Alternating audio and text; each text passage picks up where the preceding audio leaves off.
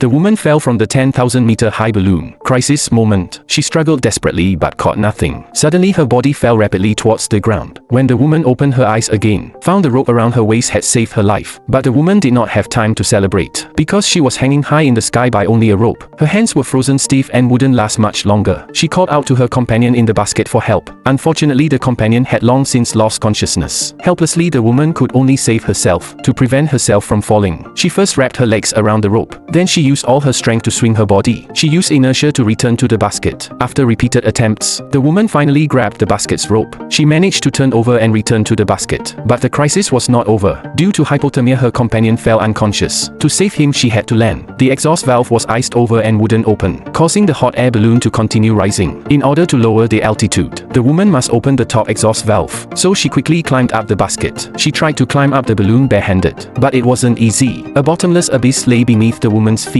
One careless move and she'd be killed. But in order to survive, she had no choice. After an hour of climbing, the woman finally reached the edge of the balloon, but they were still far from the top, and her hands were already frostbitten. While she tried to hold onto a rope next to it, an accident happened. The woman almost fell down. She almost fell off. Luckily, her leg caught on the rope and saved her life. Now the woman was severely oxygen deprived, but she remembered her unconscious companion. She came to her senses again. She then grabbed the rope as hard as she could. She was able to get back up. The hot air balloon was still ascending. The woman realized her time was running out. In order to prevent her from falling off again, she tied the rope around her waist. She resumed climbing toward the summit. With her continuous efforts, she finally reached the balloon's top. Then she hit the exhaust valve with all her might, but the ice was too thick to open it. The woman had no choice but to stand up. She kicked down and opened the exhaust valve. As the valve continued to let in more air, the hot air balloon began its descent successfully. Her companion also woke up from his coma.